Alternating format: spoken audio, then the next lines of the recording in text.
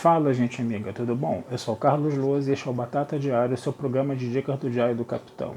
E hoje nós vamos continuar nossas análises de episódios de Jornada nas Estrelas, voltando para a série clássica, mais especificamente ao 15º episódio da primeira temporada, intitulado O Equilíbrio do Terror. Gente, esse é um dos episódios icônicos de toda a franquia de Jornada nas Estrelas. Esse é um episódio muito importante para a construção do universo de Jornada nas Estrelas, tá? É nele que vão aparecer os conceitos de zona neutra, é nele que vão aparecer os Romulanos, é nele que vai aparecer a ave de rapina que faz camuflagem, que ela tem que sair da camuflagem para atirar, porque a camuflagem gasta muita energia. Quer dizer, é um episódio de importância assim, fundamental, né, em Jornada nas Estrelas, né? O plot fala, né, é um plot bem simples, né?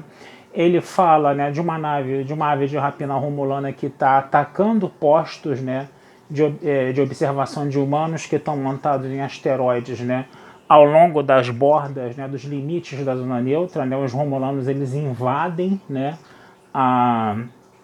o lado terrestre, né? Eles passam pela zona neutra, invadem o lado terrestre, e eles vão pulverizando as estações, né? A Enterprise responde a esse chamado de socorro, né? E aí é explicado, né, enquanto eles estão indo, né, ao posto 4, né, que está ali, né, que ele que estava sendo atacado, né, no caso, né, e mandou uma mensagem de socorro, né, o Kirk ele bota um mapa esquemático na tela, né, e fala para toda a tripulação sobre a zona neutra, né, que ela foi estabelecida em tratado numa guerra entre Romulanos, né, e humanos há mais de um século, né. Eles estavam ali no século 23, a guerra teria sido no século 22, né. E eles acabaram, né, eles usavam tecnologia nuclear, eles acabaram estabelecendo um tratado de que você não poderia atravessar uma determinada zona do espaço, né, entre a parte, vamos dizer assim, da Federação, ou a parte terrestre, né, e a parte, né, dos Romulanos, né. E essa zona seria chamada zona neutra, e entrar nessa zona neutra seria uma violação do tratado e seria considerado um ato de guerra. Então eles não podiam atravessar, né? E os Romulanos, na maior cara de pau, atravessaram e pulverizaram, né, os postos lá, né? E aí o Kirk ele vai atrás dessa nave romulana, né? O comandante romulano é interpretado pelo Mark Lenard, né, que é o nosso Sarek, né, que vai ser o pai do Spock no futuro, mas aqui ele ainda é um comandante, um capitão da nave romulana, né? E você tem todo ali um jogo de xadrez onde os dois capitães ali eles tentam imaginar o que o outro está pensando, né, para um poder derrotar o outro. Então é um episódio assim, do ponto de vista de estratégia militar, muito bacana, né? É um episódio que traz todo esse universo que foi depois exaustivamente usado, né, em várias séries de Jornada nas Estrelas, nos filmes, né? Essa coisa é muito usada, né? E esse episódio ele foi escrito por um camarada chamado Paul Schneider, né? Só pra gente ficar bem atento aí quem foi que criou, né, essa coisa que seria todo esse universo que seria tão usado em Jornada nas Estrelas, né? É interessante a gente perceber também aí que os vulcanos também eles são mais construídos, né, no caso, né? Que agora a gente finalmente sabe que os vulcanos eles tiveram um passado altamente agressivo, altamente violento, e eles lançaram a mão da lógica não somente para controlar as emoções, mas também para controlar esse passado violento. E houve uma facção dos vulcanos que não aceitaram isso, né? Se destacaram, né, e fundaram o Império Romulano, né? Então, quer dizer, tudo isso nasce nesse episódio, para vocês verem a importância desse episódio aí no caso, né?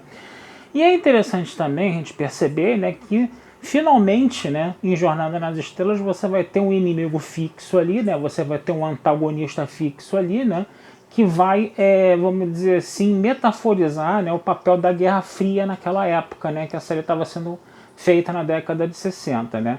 Se os seres humanos eles conseguiram construir, né, um futuro utópico para o planeta Terra, né, eles jogaram todos os conflitos deles, né, para o espaço, né, e para as espécies alienígenas, né? Então, quer dizer, os Romulanos eles vão ser a primeira manifestação, né, dessa Guerra Fria aí, né, metaforizada que a gente vê em Jornada nas Estrelas. Mais tarde a gente teria os Klingons também, né?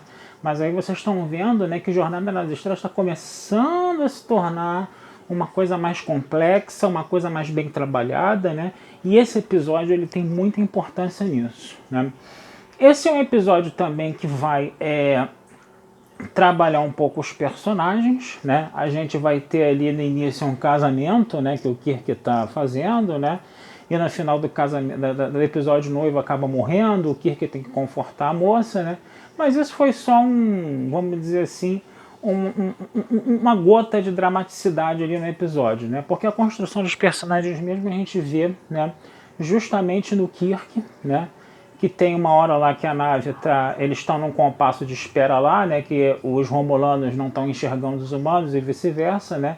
E a Enterprise está com um nível de energia bem baixinho para não emitir nenhum sinal para os romulanos detectarem, né? E eles ficaram umas 10 horas ali, né? Por causa disso, né? E o Kirk, ele começa a ter uma conversa com o McCoy nos aposentos dele, né? Falando, né? Que ele está ali vendo, né? Só os subordinados dele esperando, né? Que ele deu uma ordem, né? E se ele e ele fica com aquele medo de e se eu der uma ordem errada, né? E ele fica, né? Vamos dizer assim, mostrando, né? Toda a sua insegurança, né? Pro McCoy, né? E o McCoy fala, né? E o McCoy fala com os números que na época já estão meio ultrapassados hoje, né? Mas ele fala, né? Nessa galáxia podem ter 3 milhões de planetas iguais à Terra.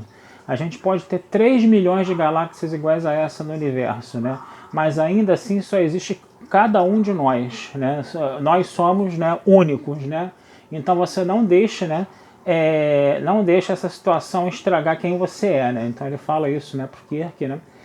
E o Kirk, ele tá naquele momento ali de ser aquele capitão, macho alfa, coisa e tal, todo cheio de si, com muita segurança do que faz, né? Mas naquele momento que ele tá ali com o McCoy, ele meio que se abre, né? Ele meio que mostra a sua insegurança, o seu medo, né? De estar naquela situação, né? De estar voltando a reviver uma guerra, né? De mais de um século que estava ali adormecida, né? Agora, é interessante a gente também perceber, né, que a questão da intolerância foi trabalhada nesse episódio, né, porque a gente vai ter um navegador chamado Stylus, né, que depois não vai mais aparecer, né, no elenco, ele só aparece nesse episódio, e o Stylus é um descendente, né, dessa guerra entre terrestres, entre terráqueos e romulanos que teve mais de um século antes, né, e ele mostra um ódio contra os romulanos assim, sabe, sagaz, né.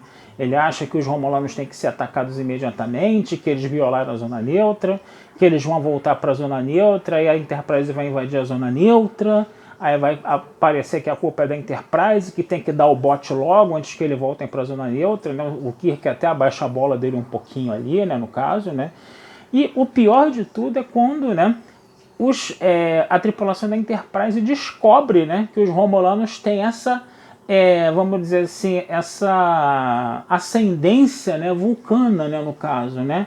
E aí o Stylus vai ser totalmente preconceituoso contra o Spock ali no caso, né? O que força o Spock a contar toda a história dos Romulanos, como os Romulanos apareceram, essa coisa toda, né? E aí, perdão, no final do episódio, né, a gente vai chegar numa situação em que o Stylus precisa ser salvo pelo Spock, né? E aí o Stylus finalmente ele deixa de ser preconceituoso com o Spock, mas o Spock, né, que falou que o Spock salvou minha vida, não sei o que. E o Spock, defendendo a lógica, ele falou, só salvei um oficial qualificado que está pronto para o dever, não tem emoção nenhuma nisso, e o Stylus ficou ali, né, com uma cara de bunda ali no caso, né. Perdão, mas foi um episódio bacana que mostra, né, como essa questão da intolerância também é trabalhada, né. Então, gente, eu não preciso dizer que esse episódio vale 1000 vezes a revisita, né? Um baita de um episódio, tá? Perdão. Assistam esse episódio quando vocês tiverem a oportunidade de novo, né? Só pra rever toda aquela coisa da zona neutra, né? Um episódio muito legal, um episódio muito estratégico do ponto de vista militar, né? Muito bacana mesmo, tá? Vou ficando por aqui, desejando vida longa e próspera. O texto sobre esse episódio vai estar lá na Batata Espacial. E não deixem de curtir, compartilhar e comentar o Diário do Capitão nas redes sociais, que essa ajuda de vocês sempre nos é muito bem-vinda, tá certo, gente? Um abração, fui e até a próxima.